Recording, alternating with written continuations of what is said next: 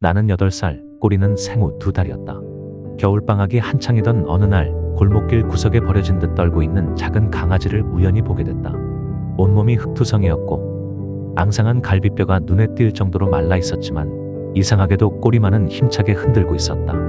얘는 왜 이렇게 기운이 좋지? 그 모습이 너무 짠하면서도 웃겨서 나는 그대로 녀석을 품에 안고 집으로 데려왔다. 엄마는 처음엔 반대했지만 녀석이 내 무릎에서 잠든 모습을 보고선 한숨을 쉬며 말했다. 이름은 내가 지어. 나는 대답했다. 꼬리. 얘는 꼬리를 흔들 줄 아니까. 그날부터 꼬리는 내 그림자처럼 붙어 다녔다. 학교를 마치고 오면 현관 앞에서 기다리고 있다가 펄쩍 뛰어오르고 내가 울면 조용히 옆에 앉아 등을 기대었다. 특히 밤마다 내 방문 앞에서 자는 버릇은 몇 년이 지나도 변하지 않았다. 꼬리는 말을 하진 못했지만 세상 누구보다 내 기분을 잘 아는 존재였다. 시간이 흘러 나는 중학생이 됐고 사춘기도 함께 찾아왔다. 부모님의 잦은 다툼과 이혼 소식은 어린 나에게 감당하기 어려운 현실이었지만 그 시기를 버틸 수 있었던 건 오직 꼬리 덕분이었다. 어느 날 엄마가 울면서 이사를 가자고 했을 때 나는 침묵했지만 꼬리는 알아차린 듯 내 손을 핥고 곁에 꼭 붙어 있었다. 괜찮아. 너랑 같이 가니까 무섭지 않아. 나는 꼬리에게 그렇게 말하고 스스로를 다독였다. 대학에 들어가고 자취를 시작하면서부터는 예전처럼 매일 보진 못했지만 방학이면 꼭 집에 내려갔고 꼬리는 여전히 현관 앞에서 기다려주었다. 야, 나 기억하냐? 하고 문을 열면 꼬리는 약간 느려진 걸음으로도 변함없이 꼬리를 흔들었다. 이제는 흰털이 많아지고 예전 같지 않은 체력에 자꾸 숨을 헐떡이긴 했지만 꼬리는 여전히 내게 최고의 친구였다. 회사에 입사한 뒤에는 더 자주 못 가게 되었고 나는 꼬리에게 미안함만 쌓여갔다. 전화로 엄마에게 꼬리 잘 지내? 라고 물으면 나이 들어서 잘 못 걷긴 해도 밥 잘 먹어. 라며 안심시켜 주었다.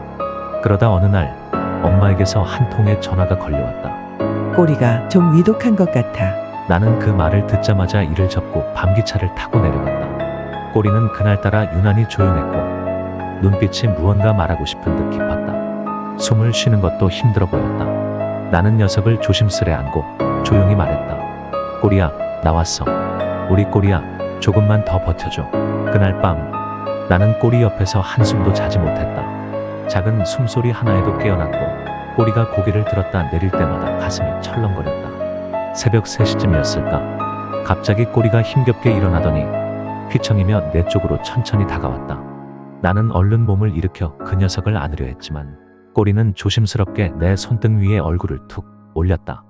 마치 이제 됐어라고 말하는 듯한 표정이었다. 그렇게 조용히 내 손에 얼굴을 묻고 천천히 눈을 감았다. 나는 울지 않으려 했지만 참을 수가 없었다. 꼬리야, 나 아직 너랑 더 있고 싶어. 그 말을 끝으로 꼬리는 아주 작게 숨을 내쉰 뒤 움직이지 않았다. 그날 이후 집은 너무 조용했다.